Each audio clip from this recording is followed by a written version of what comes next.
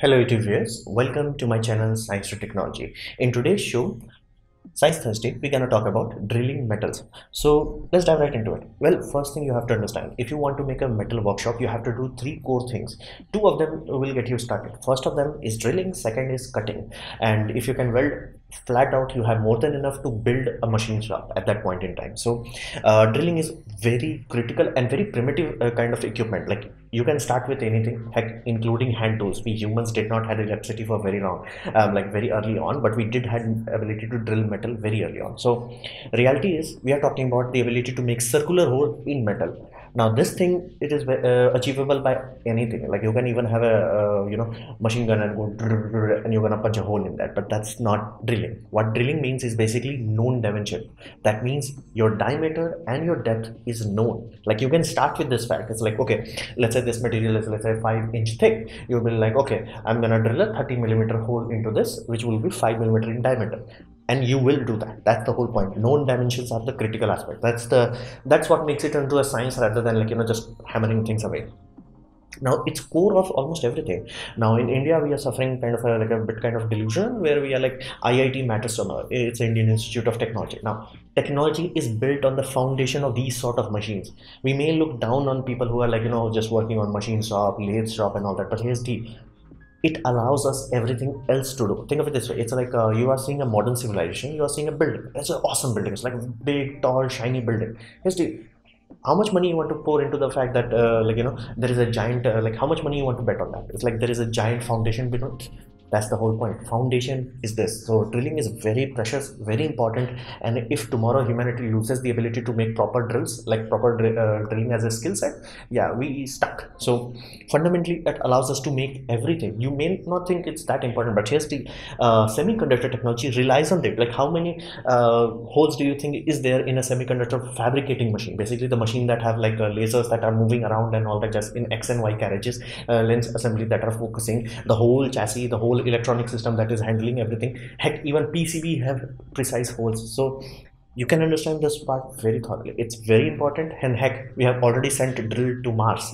So let that sink in. It is very critical and it is done on almost everything. Like you can start with metal, wood, glass, concrete, you name it. Basically anything there is, we kind of know how to drill it. So this is what we are talking about.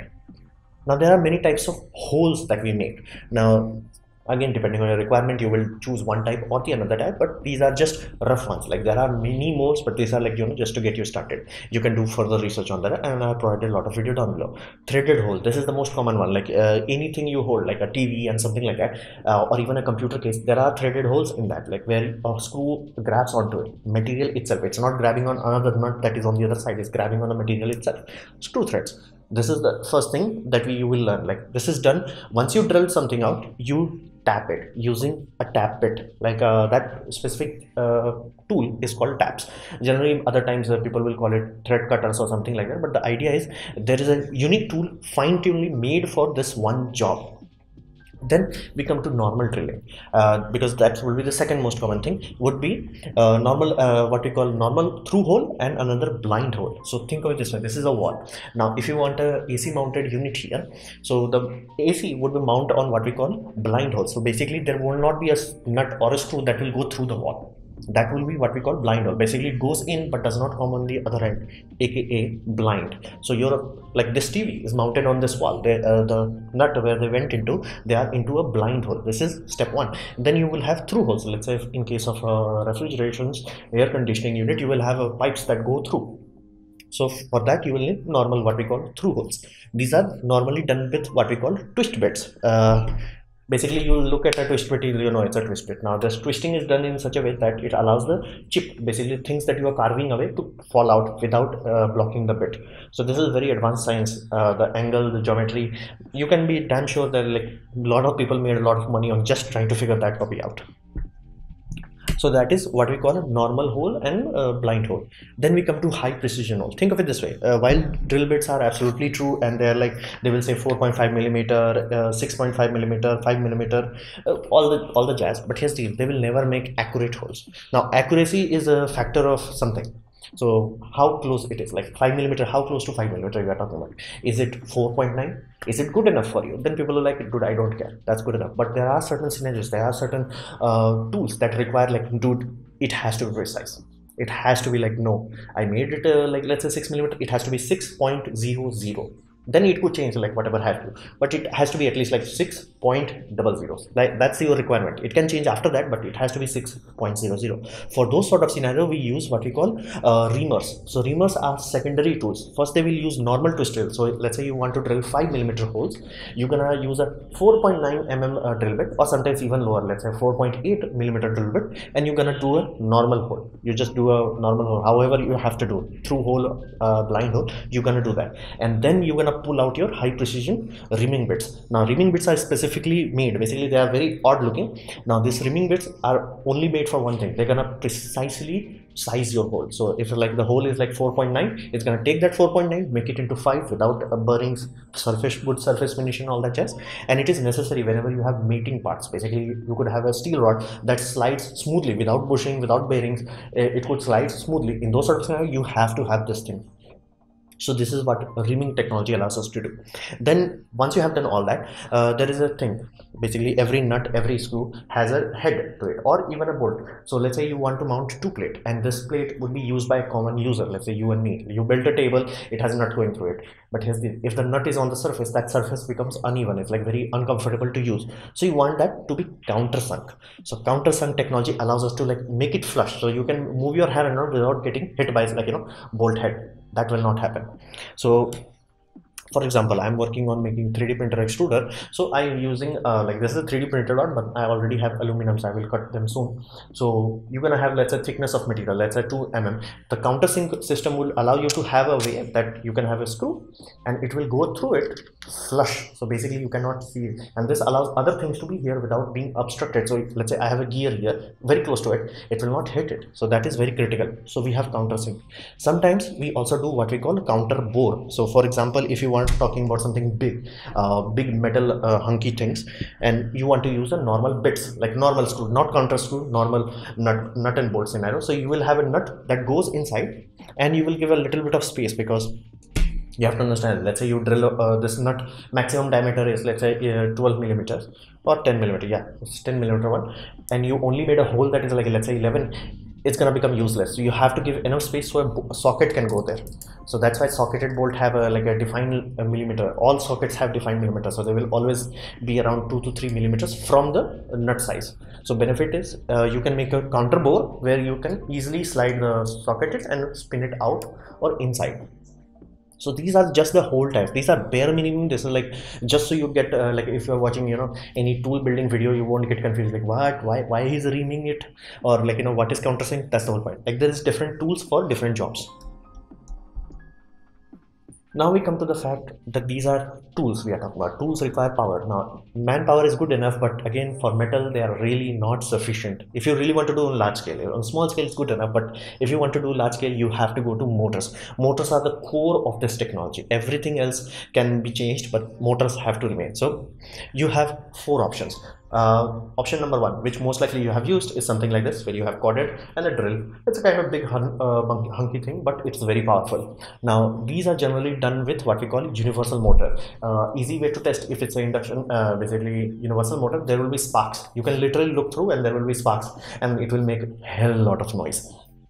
So this is what we call universal motor. Benefit, small size. Benefit, very high torque. Benefit, very high RPM if you want to do that. However, it does come with some serious consequences. It's very inefficient. So even if, let's say, this drill bit could have a rating of, let's say, 300 watt, I would be surprised if it has like, let's say, 150 watt of torque on this puppy. It will simply not have that. It's very inefficient. You have to use very large universal motor for it to be efficient, like the kind that are used in old generation washing machine. Because of their low efficiency, they have been phased out for BLDC system, because this does work. It's just very idiotically inefficient, and brush means there is a wearing part. Basically it's gonna wear out over time. So you will see a professional class of universal motors, they will have a place where you can replace the brush. You can easily spot like, you know, those industrial machines where like, okay, there is a slot specifically built just so you can replace the brush without opening the whole damn thing. So This is what we call universal motor. Very cheap but very inefficient. So it's a good starting point, but not if you want to run a shop out of that, your electricity bill will be too high. So second thing we go to is AC induction motor. Now if you know induction motor, you know they are brushless. There is no physical contact between the spinning part and the basically stator part. Rotor and stator, they are physically disconnected. Like again, you can go so far that you don't even have bearings. You can have a, like what you call magnetically levitating bearings, so they will not physically touch at all, but electrically they do not have to. So only thing wearing out, like part that wears out in an induction motor if not abused, would be bearings. And you can see that in a lot of tool restoration video. Like people are, oh, this drill bit was drill press was made in 1890. All they are doing is replacing the bearings of the motor is still working because it's very long life. However, it's big, bulky. It's like to get the same amount of torque, you're gonna need a big, hunky motor, and it's very expensive, but it's a very long lasting time. Basically, you buy this and you forget about it. And to get the RPM control, if you are spending a lot of money, you can buy a drill press that have CVT, what we call constantly variable RPM. So CVR. Yeah, constantly varying RPM. So you can have pulleys that are changing their basically diameter. I'm saying, yeah, their effective diameter, and you're gonna get different RPM without any electrical circuit. And people have been using this as early as like 1960 in Bridgeports. That's the oldest I've managed to find. So induction motor is the next step from your universal to induction. That's the, like, at this point you reached professional level. At this point your tool will no longer be a bottleneck, and your hearing will thank you, because universal motors are noisy AF. Then we come to cordless department.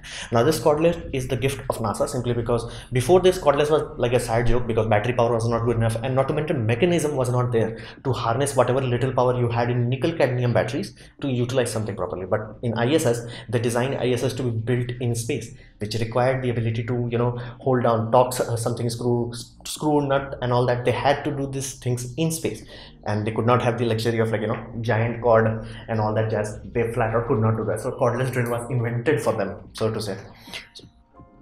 Not it does not mean like it did not existed before that. It's just that they figured it out how to do it properly. And we started with DC brush motor. Now brush motor, I'm talking about permanent magnet DC motor. Benefit, lot of torque, good efficiency. Consequence, they have brushes, it wears out over time. So it's good, simple, it's very cheap, and it's kind of inefficient, so to say, but it does wear out. That's a physical problem. Like there's a lot of heat generated at the brush point, and you can see many old motors that are destroyed. Like I'm talking hand motors, like they are this small, and they will melt through the metal because of the brush heatings. So it's a very simple system, but it is very inefficient over time. Basically, you can take the same amount of watt hour, let's say 100 watt hour energy in your battery packs. The amount of drilling you want to get out of it, it's not that much. So this is good enough technology. It allows a lot of power tools to be made portable, and it's a very good stepping stone technology. Then we come to the granddaddy, BLDC. At this point in time, BLDC is the king, so to say. They are generally not sold for power tools which are corded, but for brushless DC motor equipments are very favorable to what we call battery powered equipment, simply because they are much more efficient, and because they use permanent magnet, they have a lot of torque. So you get the benefit of permanent magnet in terms of torque, you get the benefit of induction motor. There is no brushes to wear out. So fundamentally it's a very good technology. However, it's expensive, as in it needs advanced computer to figure out like where the rotor is and how the heck it's gonna compensate for that. But if you can buy this using the same battery bank, you can use the exact same, let's say DeWalt brushless versus DeWalt brushed motor. You can take the same battery pack and you will find out that you will drilling 20% more or 30% more in some cases, because of just by that factor, because this is basically brushless system, and your hearing will also help you. But one core aspect is very important. If you're buying a tool and you're serious about something, learning and growing, make sure you find something that has an RPM adjustment, because right RPM for the right job. So for example, let's say wood, you will go as high as, let's say 3000. If you want to go YOLO, you can go that high. But here's the, you touch 3000 RPM to a metal is gonna like bye your drill bit. Your drill bit is not gonna survive. So flat out right RPM for the right job. For example, a rough example, like there are machine books that are fine-tuned for this kind of information. Read those if you need actual accurate information. But let's say for wood, you will be like around 1500 RPM. Let's say you come down to, let's say 900 for aluminum. Let's say you come down to 800 for steel. So right RPM for the right job. And drill bits are also fine-tuned equipment, because you will find drill bits that are specifically specified that they are for metal drilling. There will be other drill bits that are fine-tuned for woodworking, other drill bits who are fine-tuned for your teeth working, dentist drill. So each tool, right tool for the right job, right RPM for the right job. Now we come to the most kind of not thought of, like, but this becomes the first thing you have to worry about when you are doing production scale, large scale, is cooling. Because you have to understand, we are talking about a lot of energy, we are talking about hundreds of watts of energy. That's a lot of energy that can heat something up very easily, and this causes high temperature. Now temperature can warp your dimension. Now this is a very critical aspect. When you are young and you starting out, you think, okay, this is a metal, I'm gonna measure it, that's it.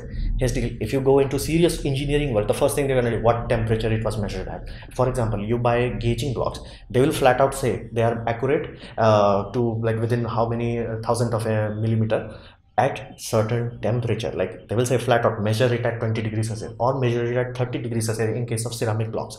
But if you heat that up, not too much, let's say you can heat it up only like few degrees, which while drilling operation it will heat up more than that, you can expand it. Now again, some metals are very good, they will not expand too much, but they will still expand. So you have something, let's say, that expands too much when you're dealing with basically thermal expansion. You could have a scenario where you have a plate, let's say, and you are drilling multiple holes into that. By the time you are drilling the last hole, your last hole could be off by, like, let's say half of a millimeter or sometimes a whole millimeter. Now you're like, how the heck I will measure it and do that? Because the workpiece was getting hot. Over time it starts to expand and your holes will be out of spec.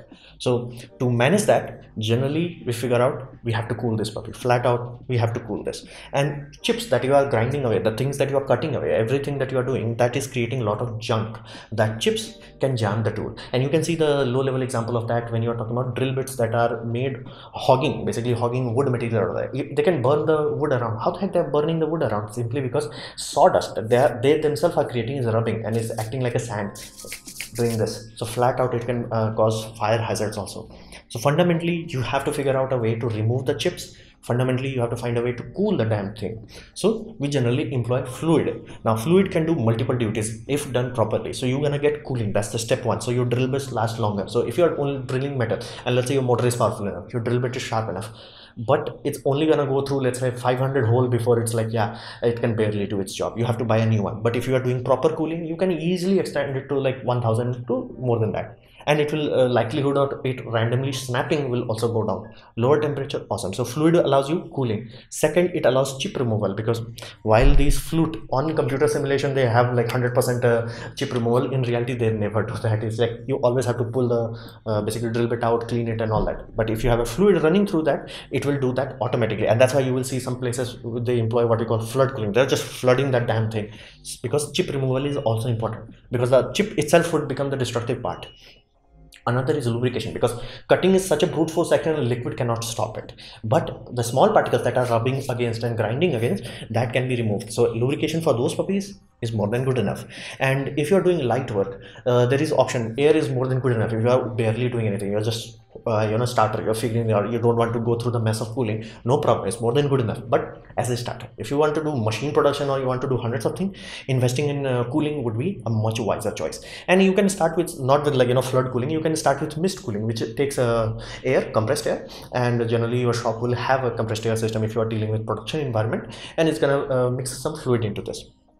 Again, these are custom fluid specifically built for this task, and there are some recipes that you can follow online to make your own. And sometimes I have tried personally coconut oils also for basically drilling and all that jazz. So you can go YOLO. Like some people have figured out, like, hey, I can use mobile like engine oil mobile they can use just for cutting. It does work. It does slow down your progress, but it does keep the part cool. It's designed to handle an engine. So it's like, bro, temperature, I got this. So you can do anything. Like you can take mobile and mix it with, let's say, some cooking oil, and you get awesome performance. Go YOLO on it. Have something there except water. So this is, we are talking about cooling. People also try WD-40. So what about the cost? We are talking about some big things. We are talking about metal workshop. How much money is going to cost you? Thankfully, it can be done for surprisingly small amount of money that we are talking about. Like, it's the first step of wood metal working, and even wood. So if you can do this, like, then only thing you have to do more than this is just cutting the material. So if you can figure out the drilling, and if you can figure out the cutting the material, you can build anything out of metal using just bolts. You don't have to have a welder. Like welding technology is new. So fundamentally, if you have these two things, drilling and welding and cutting, you're golden, you're good, you got this. So fundamentally, this first step, it can be achieved for surprisingly low price at this point in time. And drill press is the next best thing. You can right now buy go into market and you buy this for very cheap prices, very cheap prices. But this is not very dimensionally stable, because your hand is not a vice. It's not like tada, it's not gonna move unless you're Superman. In those sort of scenario, I don't it does not matter why you're using drill, use laser eye. So your hand is not stable, so you can buy cheap stands like this. Now these stands are not made for, like, professional workshop and all that, but more than good enough as a starting tool. It's like, I just want to figure out whether I'm interested into this hobby or not, or can I do it, or I just don't have big bank balance for, like, giant drill press. So this is a very good starting tool, and you can achieve this around 3,000 rupees or something like that. So a very good starting tool. And then you can, if you are using it a lot and you have figured things out, you learned everything you have to do, then you can go into drill press. But one thing I will ask you to look into, if you're buying a first tool, if you can afford it, try to buy something that has RPM control. This puppy does not have RPM control, so it's not very well suited for what I want to do with it, but hey, I have to do it anyway. So this is one thing you have to look into that, and try to go brushless for long life. Brushless as in, like, in AC case you can go into AC induction motor. In case of a cordless system, you can go into brushless DC motor, but try to go for brushless for long life.